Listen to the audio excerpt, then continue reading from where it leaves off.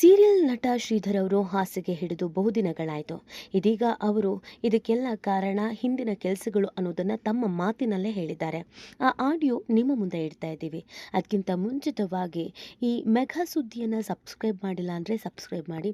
ಹೆಚ್ಚಿನ ಮಾಹಿತಿಗಾಗಿ bell icon press ಮಾಡೋದನ್ನು ಮರಿಬೇಡಿ. ಈ ಹಿಂದೆ ಅಮ್ಮ ಮತ್ತು ತಮ್ಮಂದ್ರು ಬೇಡ ಅಂತ ಸಂಬಂಧವನ್ನು ಕಳೆದುಕೊಂಡು ಹೋಗಿದ್ದ ಶ್ರೀಧರ್ ಅವರು ಹೆಂಡತಿ ಮಗನಿಗೋಸ್ಕರ ಜೀವನ ಮಾಡಬೇಕು ಅಂತ ಅಂದ್ಕೊಂಡಿದ್ದ ಶ್ರೀಧರ್ ಅವರು ಇವತ್ತು ಹಾಸಿಗೆ ಹಿಡಿದ ಸಂದರ್ಭದಲ್ಲಿ ಅವರ ತುಂಬ ಕಷ್ಟದ ಸಂದರ್ಭದಲ್ಲಿ ಅವರ ಜೊತೆಗೆ ಬೇಕಾಗಿದ್ದು ರಕ್ತ ಸಂಬಂಧ ಅಮ್ಮ ಮತ್ತು ತಮ್ಮಂದ್ರುನ ಅಂತ ಹೇಳೋದ್ರ ಮುಖಾಂತರವಾಗಿ ಎಲ್ಲರಿಗೂ ಸಂಬಂಧದ ಬೆಲೆಯನ್ನು ತಿಳಿಸ್ಕೊಟ್ಟಿದ್ದಾರೆ. ಆ ಆಡಿಯೋ ಇದೀಗ ನಿಮ್ಮ ಮುಂದೆ. ಅಮ್ಮ ಚೆನ್ನಾಗಿ ನೋಡ್ಕೋತಾರೆ. 30 ವರ್ಷ ಆದ್ಮೇಲೆ ಬಂದಿರೋದಲ್ವಾ ಅಷ್ಟೇ. ಹಂಗೆ ಇದ್ದಾರೆ, ಬದಲಾಗಿಲ್ಲ. ಏನು ನನ್ನ ಮಾತು ಕೇಳ್ಬೇಕು, ನೀನೇನು ನನಗೇನು ಹೇಳೋಗಿಲ್ಲ. ಚಿಟ್ ಮಾಡ್ಕೊಂಡು ಹೋಗ್ಬಿಡ್ತಾರೆ. ಚಿಟ್ ಮಾಡ್ಕೊಂಡ್ರೆ ಪಾಪ ಬೇಜಾರಾಗುತ್ತಲ್ಲ.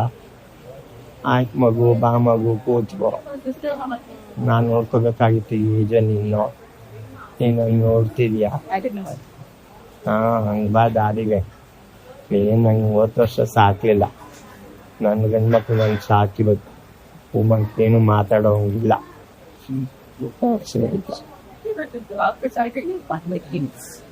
ಹಂಗೆ ಬಂದು ಹೋಗ್ತಿದ್ದಾರೆ, ತಮ್ಮಂದ್ರೆ ಮಾತಾಡಿಸ್ತಾರೆ.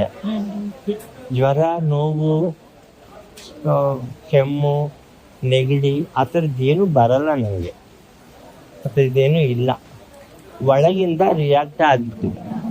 ಅಂದರೆ ಚಿಕ್ಕ ವಯಸ್ಸಿಂದ ಸಂಬಂಧಗಳು ಕಳ್ಕೊಂಡು ಆರ್ಥಿಕವಾಗಿ ನಷ್ಟ ತಗೊಂಡು ಸಾಂಸಾರಿಕವಾಗಿ ದೂರ ಆಗಿ ಎಲ್ಲ ಅನುಭವಿಸ್ಬಿಟ್ಟೆ.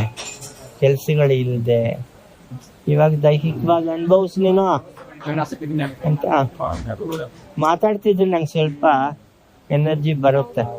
ಡಾಕ್ಟ್ರು ಅದೇ ಹೇಳಿದ್ರು. ಅಮ್ಮ ಮಾತಾಡಲ್ಲ, ಅಲ್ಲಿ ಕೂತ್ಕೊಂಡ್ಬಿಟ್ಟಿರ್ತಾರೆ. ಏನಾದ್ರು ಮಾತಾಡಮ್ಮ ಅಂದ್ರೆ ಏನ್ ಮಾತಾಡ್ತೀನಿ ನಾನು?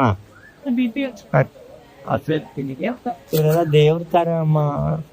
ಅದೇ BP ಶುಗರ್ ಒಂದಿಲ್ಲ, ಅದಿದ್ರೆ ಪ್ರಾಬ್ಲಮ್ ಆಗುತ್ತೆ. ಇಲ್ಲ ಟೆನ್ಸ್ ಮಾಡ್ಕೊಳ್ಳಿಲ್ಲ. ಅವಾಗಿನ್ನು ಫುಲ್ ಆಗಿ ಇದ್ದಮ್ಮ. ನಂಗೆ ತುಂಬಾ ಇದೆ ಅಮ್ಮ. ಮೇಜರ್ ಆಗಿ ಬದುಕಬೇಕು ಅನ್ನೋದಿತ್ತು ನಂಗೆ. ಇವಾಗ ಇನ್ನೂ ಜಾಸ್ತಿ ಆಗಿದೆ. ಕಾನ್ಫಿಡೆನ್ಸ್ ರೆಡಿ ಆಗ್ಬಿಡ್ತಿದ್ದೆ. ಅದು ಸ್ವಲ್ಪ ಮತ್ತೆ ಇನ್ಫೆಕ್ಷನ್ ನೀರು ತುಂಬ್ಕೋತಲ್ಲ. ಈಗ ನೋಡಿ ಮಾತಾಡ್ತಾ ಸ್ವಲ್ಪ ಎನರ್ಜಿ ಬಂತು ನಂಗೆ. ಅದು ಹೇಳ್ಕೋಬೇಕಮ್ಮ ಯಾರ ಹತ್ರ ಆದ್ರೂ. ಎಲ್ಲ ಒಳಗಡೆ ಇಟ್ಕೊಂಡ್ರೆ ಅದೇ ಮಾಡಿದ್ದೆಲ್ಲ. ರೆಡಿ ಆಗ್ತೀನಮ್ಮ ನಾನು, ಖಂಡಿತವಾಗ್ಲೂ ರೆಡಿಯಾಗಿ 1.5 ವರ್ಷ ಹಳೆ ಶ್ರೀಧರ ಆಗಿ ಬರ್ತೀನಿ ನಾನು. ಅಷ್ಟೊತ್ತು 50 ವರ್ಷ ತುಂಬುತ್ತೆ ನನಗೆ. 50 ವರ್ಷ ತುಂಬುತ್ತೆ ನನಗೆ. ಯಾರೋ ಒಬ್ರು ಹೇಳಿದ್ರು, LN ಶಾಸ್ತ್ರಿ ಅವರ ಮಿಸಸ್ ಸುಮಾ ಶಾಸ್ತ್ರಿ ಅಂತ. 50 ವರ್ಷ ಆದ್ಮೇಲೆ ಶಾಂತವಾದ ಜೀವನ ನಡೆಸ್ತೇನೋ ಅಂತ. ಹಾಫ್ ಸೆಂಚುರಿ ಅಲ್ಲಿವರೆಗೂ ಕಷ್ಟಗಳೇ ಆಗಿತ್ತಲ್ಲ. ಅವ್ರು ನೆನ್ಸ್ಕೊತಾ ಇರ್ತಿದ್ರು. ಅವ್ರನ್ನ ಪಾರು ಸೀರಿಯಲ್ ಮಾಡ್ತಿದ್ದಾರಲ್ವಾ. 50 ವರ್ಷ ಆದ್ಮೇಲೆ ಶಾಂತವಾದ ಜೀವನ ನಿಂದು, ಯಾರ ಸಹವಾಸಕ್ಕೆ ಹೋಗಲ್ಲ ಅಂತ ಹೇಳಿ. ಇವಾಗ ಹೋಗ್ಲಿಲ್ಲ. ನಮ್ಮ ಅವ ಎಷ್ಟೇ ವಯಸ್ಸಲ್ಲಿ ಏನೇ ಇದ್ರು ಅವ್ರ ಅಕ್ಕಂದಿರಲ್ಲ, ಅವ್ರ ತಂಗಿದಿರಲ್ಲ, ಹೋಗು ಮಾತಾಡ್ಸ್ಕೊಂಡ್ ಬಾ ಅಂತ ಹೇಳಿ ನೆನ್ನೆ ಬೆಳಿಗ್ಗೆ ಬಂದು ಇದ್ರು ಇಲ್ಲೇ.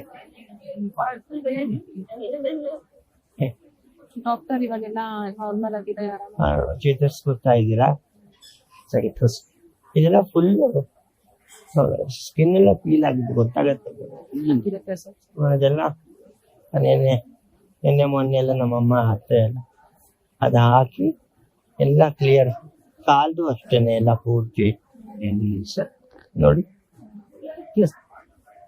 ಊತ ಇತ್ತು, ಊತ ಎಲ್ಲ ಸ್ವಲ್ಪ ಕಮ್ಮಿ ಆಗ್ತಾ ಇದೆ.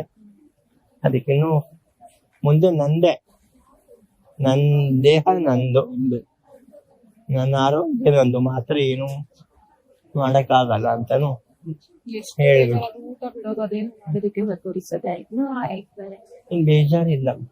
ಇಲ್ಲಿಗೆ ಸ್ಟಾಪ್ Stop. ಮಾಡಿ ಚಾರ್ಜ್ ಅಪ್ಪ, ಯಾರಿದ್ದಾರೆ ನನ್ ಕೇಳೋರು ಅಂತ. ಎಷ್ಟು ಜನ ಅದೇ ಸರ್ ಗೊತ್ತಾಗಲ್ಲ ನಮ್ ಜೊತೆ ಯಾರು ಇರ್ತಾರೆ ಅಂತ ದೇವ್ರ ಲೋಕದಲ್ಲಿ ದೇವ್ರು ಕಳ್ಸಿರೋದು. ನಾನ್ ನಂಬೋದೇ ದೇವ್ರನ್ನ. ಮನುಷ್ಯರ ಮೇಲೆ ನಂಬಿಕೆ ಇರ್ಲಿಲ್ಲ. ಈಗ ಅವ್ರ ಮನುಷ್ಯರಲ್ಲ, ಅವ್ರು ದೇವ್ರ ರೂಪದಲ್ಲಿ ಒಂದು ಹೆಲ್ಪ್ ಮಾಡ್ತಿದೆ.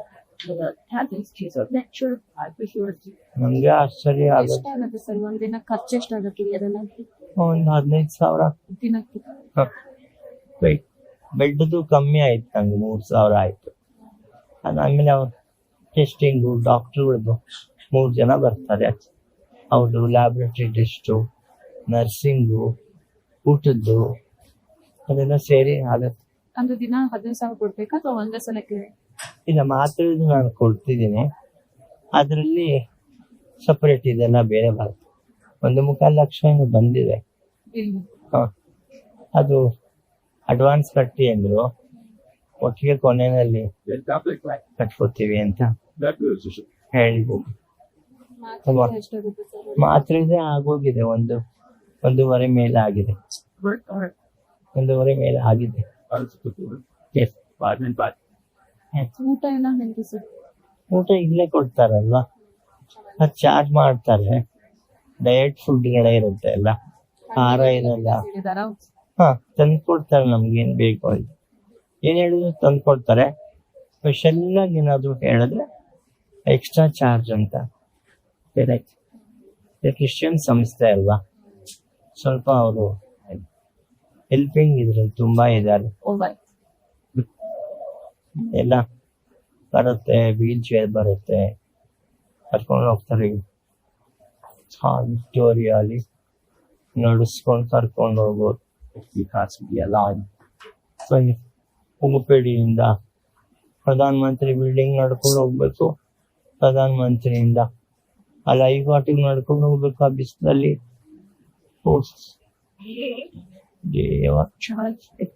ಅವಾಗ ಗೊತ್ತಾಗ್ಲಿಲ್ಲ. ಇವಾಗ ಆ ಎನರ್ಜಿನೇ ಇವಾಗ ಲಾಸ್ ಆಗಿರೋದು.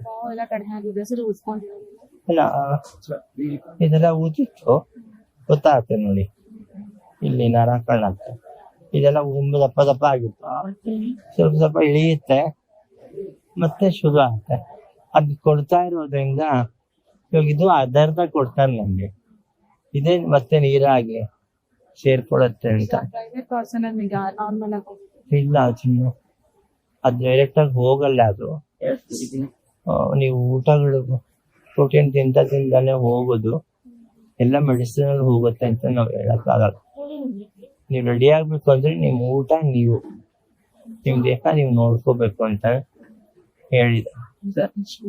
ನಾ ಎಲ್ರಿಗೂ ಹೇಳೋದು ಅದೇ ಅಮ್ಮ, ಮನೇಲಿ ಇರ್ಬೇಕು, ಮಕ್ಕಳೆಲ್ಲ ಮನೇಲಿ ಇರ್ಬೇಕು, ಮನೇಲಿ ಸಂಬಂಧಗಳ ಜೊತೆ ಇರ್ಬೇಕು. ಯಾರ ಸಹವಾಸನೂ ಇರಲ್ಲ, ಹೆಸರುಕೊಂಡು ಮನೇಲಿ ಇರ್ತಾರೆ ಊಟ ಮಾಡ್ಕೊಂಡು. ಮನೆಯಿಂದ ಹೊರಗಡೆ ಹೋದ್ರೆ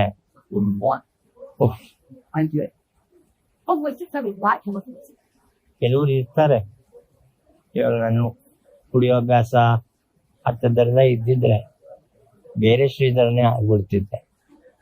ಆ ಥರದ್ದು ಏನೂ ಇಲ್ಲ ನನ್ಗೆ. ಆದ್ರೂ ಯಾಕೆ ಹಿಂಗೆ ಹೊಡೀತು ಅಂದ್ರೆ ಇದೊಂದು ಪರೀಕ್ಷೆ ಕೊಟ್ಟಿದ್ದಾನೆ ದೇವ್ರು, ಮುಗಿಸ್ಕೊಂಡಿದ್ದೆ. ಪಾಸ್ ಆಗ್ಬಿಟ್ಟಿದ್ದಾನೆ, ಅದ್ರ ಬೇಗ ಪಾಸ್ ಆಗ್ತೀವಿ. ಅಕ್ಕನೂ ಫೋನ್ ಮಾಡಿದ್ರು, ಎಲ್ಲ ನಮ್ಮ ತಮ್ಮಂದು ಹೆಂಡತಿದ್ರು ಬಂದಿದ್ರು. ನಮ್ಮ ಅಕ್ಕನ ಮಗಳನ್ನ ನಾನು ನೋಡೇ ಇರ್ಲಿಲ್ಲ, ಇವಾಗ ಇಂಜಿನಿಯರಿಂಗ್ ಮಾಡಿದ್ದ. ಯಾರ ಜೊತೆ ನಿಮಗೆ ಕಾಂಟ್ಯಾಕ್ಟ್ ಇಲ್ಲ ಅಲ್ವಾ? ಅವ್ರು ತಮ್ಮ ಅವಾಗ ಸಂಪಾದನೆ ಇಲ್ಲ. ಅಪ್ಪ ಬೇರೆ ಅಯ್ಯೋ 6ನೇ ಕ್ಲಾಸಲ್ಲಿ ತೀರ್ಕೊಂಡ್ರು, ಅವರು ಸರಿಯಾಗಿ ನೋಡ್ತಿರ್ಲಿಲ್ಲ. ಬೀದಿಗೆ ಬಂದ್ಬಿಟ್ಟಿದ್ವಿ ನಾವು. ಯಾರೋ ಮನೇಲಿ ಕೆಲಸ ಮಾಡ್ತಿದ್ರು ನಮ್ಮಮ್ಮ, ಸಜ್ಜನ ಸರ್ಕಲ್ ಅಲ್ಲಿ ಕೋಟ ವಿಜಯಲಕ್ಷ್ಮಿ ಅಂತ ಒಂದು ಚೌಟ್ರಿ ಇದೆ, ಕೋಟ ರಾಮಲಿಂಗೇಶ್ವರ ಅಂತ ಅವ್ರು ಒಂದು ಚಿಕ್ಕ ಮನೆ ಕೊಟ್ಟಿದ್ರು. ಅಲ್ಲಿ ಕೆಲಸ ಮಾಡ್ಕೊಂಡು ನಮ್ಮನ್ನೆಲ್ಲ ಸಾಕ್ತಿದ್ರು ಆ ಟೈಮಲ್ಲಿ. ಹೋಟ್ಲಲ್ಲಿ ಕೆಲಸ ಮಾಡ್ಕೊಂಡು ಯಾರಿಗೂ ಗೊತ್ತಾಗಲ್ಲ ಶ್ರೀಧರ್ ನೋಡಿದ್ರೆ ಅವನಿಂದ ಇಷ್ಟೊಂದು ಇದೆ ಅಂತ. ಅದು ನಾನು ಎಂಜಾಯ್ ಮಾಡ್ತೀನಿ. ಆಮೇಲೆ ನನಗೆ ಯಾಕೆ ಕೊಡ್ತೀಯಾ ಇದೆಲ್ಲ, ನನಗೆ ಯಾಕೆ ಕೊಡ್ತೀಯಾ ಇದೆಲ್ಲ ಹಂಗೂ ಯೋಚನೆ ಮಾಡ್ತೀನಿ. ಒಂದ್ರ ಮೇಲೆ ಕೊಟ್ಟು ಪರೀಕ್ಷೆ ಜಾಸ್ತಿ ಏನ್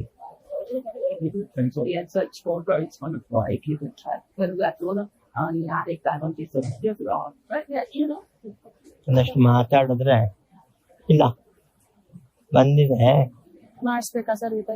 ಇಲ್ಲ ಬಸ್ ಆರಾಮಾಗಿ ಇವಾಗ ಸ್ವಲ್ಪ ಉಸಿರು ಪ್ರಾಬ್ಲಮ್ ಇರೋದ್ರಿಂದ ಎದ್ದೇಳು ಕೂತ್ಕೊಂಡ್ರೆ 10 ನಿಮಿಷ ರಿಲ್ಯಾಕ್ಸ್ ಮಾಡ್ಕೋಬೇಕು. ಹಿಂಗಾಗುತ್ತೆ. ಆ ಯೂಟ್ಯೂಬ್ ಕೌಂಟ್ಗೆ ಆಗ್ತಾ ಇದೆ.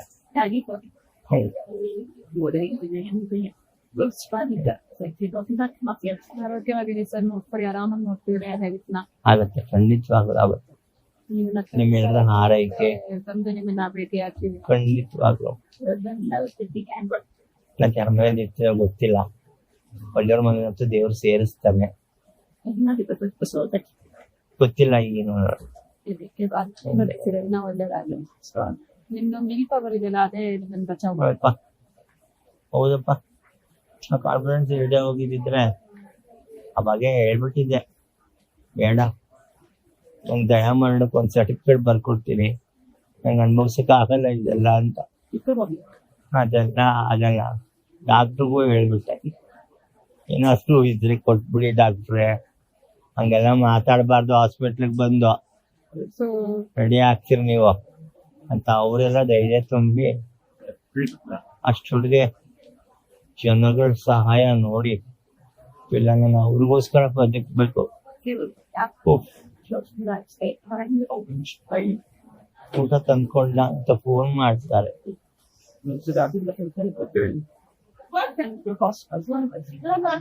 ಕಲಾವಿದ ಆಗಿದ್ದಕ್ಕೆ ಸಾರ್ಥಕಮ್ಮ. ನಿಜವಾಗ್ಲು ಏನಾದ್ರೂ ಹೋದ್ರೆ ಕರೆದು ಊಟ ಹಾಕಿ ತಿನ್ನಿಸಿ ಕಳ್ಸೋರಮ್ಮ ಅವಾಗೆಲ್ಲ.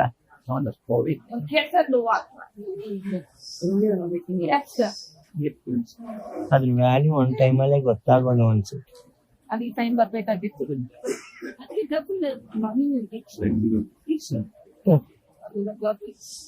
ಅದೆಲ್ಲ ಖುಷಿ ಆಗತ್ತೆ ನಂಗೆ. ಅದು ಸ್ವಲ್ಪನೇ ಚೇತರಿಸ್ಕೊಳ್ಳಕ್ಕೆ ಒಂದು ರೀಸನ್ ಆಗತ್ತೆ. ಸ್ಟ್ರೆಂತ್ ಸಿಗುತ್ತೆ ನಿಮಗೆ ಅದರಿಂದ. ಏನಾದ್ರು ಮಾತಾಡಿಸ್ತಾ ಇದಾರೆ, ಬರ್ತಾ ಇದಾರೆ, ಕೇಳ್ತಾ ಇದಾರೆ ಅಂತಾಗ ಅದು ತುಂಬಾ ಫೋನ್ ಬರಕ್ ಶುರು ಆಯ್ತು, ಅದರಿಂದನೂ ಸ್ವಲ್ಪ ಸ್ಟ್ರೈನ್ ಆಗೋಯ್ತು ನಂಗೆ. ಮಾತಾಡಿ ಎಷ್ಟೋ 50 ಮಿಸ್ ಕಾಲ್ ಇದೆ, ರಿಸೀವ್ ಮಾಡಿ ರಾತ್ರಿ ಎಲ್ಲ ಮಾಡ್ತಿರ್ತಾರೆ.